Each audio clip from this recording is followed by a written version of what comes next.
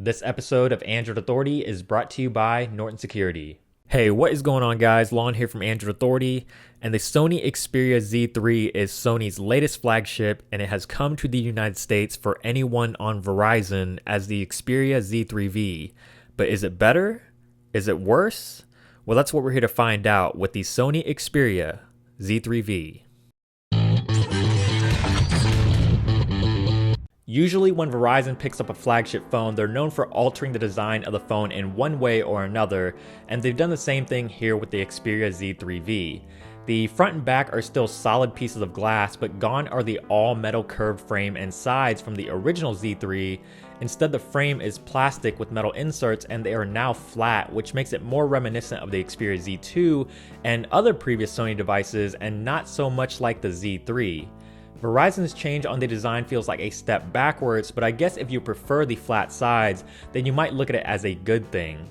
It's a little bit thicker and heavier than the Z3, but not by much, and it's still pretty thin at 8.9 millimeters, and overall it has the same build quality that you would expect from Sony. Other than the flat sides, everything else about the hardware has remained intact. It's IP68, so it's dust and water resistant, and you still get front-facing stereo speakers, which makes Sony one of the few OEMs that can give HTC's own boom sound speakers a run for its money when it comes to audio quality. You still get the same 5.2-inch 1080p display on the front with Sony's Triluminos technology, and even though 2K displays are starting to become a new standard on smartphones, the 1080p panel on the Z3V is no slouch. It's very sharp, bright, beautiful, and vivid with great viewing angles, so unless you absolutely have to have a 2K screen, you're not going to find much that's wrong with the Z3V's display. Also, like the Xperia Z3, the Z3V is packing the Snapdragon 801 processor clocked at 2.5 GHz with 3 gigs of RAM. Just like many other flagships powered by the Snapdragon 801, the Z3V will deliver a very fast and responsive experience, and with 3 gigs of RAM on board, switching back and forth between apps and multitasking will be a much more seamless experience. While it's a step behind the Snapdragon 805, the Snapdragon 801 will still provide more than enough power and performance for even the most demanding users. There's also no surprises here when it comes to the camera. The 20.7 megapixel sensor makes its return on the Z3V, and the software, as you would expect, remains unchanged. Sony's camera app is packed with a ton of features. Some are useful and some are sort of just for fun, but with all the different levels of control that Sony's camera UI provides, this will satisfy both the casual and the serious smartphone photographer. The only quirk with the camera, and this isn't specific to just the Xperia Z3V, but Sony phones in general, is the fact that you can only take advantage of all 20.7 megapixels in manual mode, which also limits you to shooting in a 4:3 aspect ratio.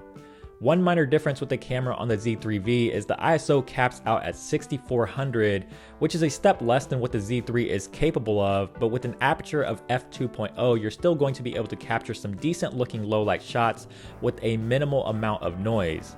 Other than that, you can expect pretty much the same level of picture quality with very sharp and detailed images with a great amount of color. So I mentioned a little bit earlier that the Z3V is actually a little bit thicker than the Z3, and this is for a couple of reasons. One is the battery. So it's a 3200 milliamp hour battery versus the 3100 milliamp hour battery in the Z3. So it's slightly larger, but you probably won't notice too much of a difference in battery life between the two. One thing is for sure though, is that the Z3V will easily get you through a full day on a single charge, and possibly even into the better part of a second day, depending on your usage. Reason number 2 is wireless charging. So the Z3V has Qi wireless charging built in, so it's compatible with any Qi wireless charger. So this is a definite plus if you enjoy the benefits of wireless charging. Taking a look at the software, the experience is practically the same as many other Sony phones. You're looking at Android 4.4 KitKat with Sony's Xperia UI, and just as a side note, the Easter egg actually shows a 2 instead of a 3, so it kind of makes you wonder if this was really supposed to be a Z2 variant and they maybe just slapped on the Z3 name at the last minute. Either way, the Xperia UI, if you don't already know, preserves a somewhat stock look and feel of Android, which is great because it keeps things relatively lightweight and fast. There are a few customizations from Sony built in, like the small apps in the recent apps menu that give you some extra multitasking capabilities, and you also get an entire suite of Sony applications like Walkman, Movies, and PlayStation Mobile for integrating your Xperia phone to your PlayStation console. Since this is a Verizon phone, there's also no shortage of Verizon bloatware pre-installed, so on top of dealing with Sony's own apps, you're going to have to put up with Verizon's, which really takes away from what would otherwise be a very clean Android experience. You can pick up the Xperia Z3V right now on Verizon for $200 on a 2-year contract, or $600 if you want to buy the phone outright. And if you're looking for that Sony flagship experience on Verizon, the Xperia Z3V is going to be your best bet. And there you have it for the Sony Xperia Z3V. Sony's flagship has finally hit another carrier in the United States on Verizon, and even though the Z3V is an extremely solid smartphone in its own right, it feels a little bit more like a beefed up Z2 than it does a Z3. But with that being said, it's almost just as good as the original. Anyways guys, hopefully you enjoyed this review. If you did, please give it a thumbs up down below. We definitely appreciate that. And also subscribe to the channel, which is also down below if you haven't already. And once you're done with all of that, check out our website at androidauthority.com for more in-depth coverage, because we are your source for all things Android.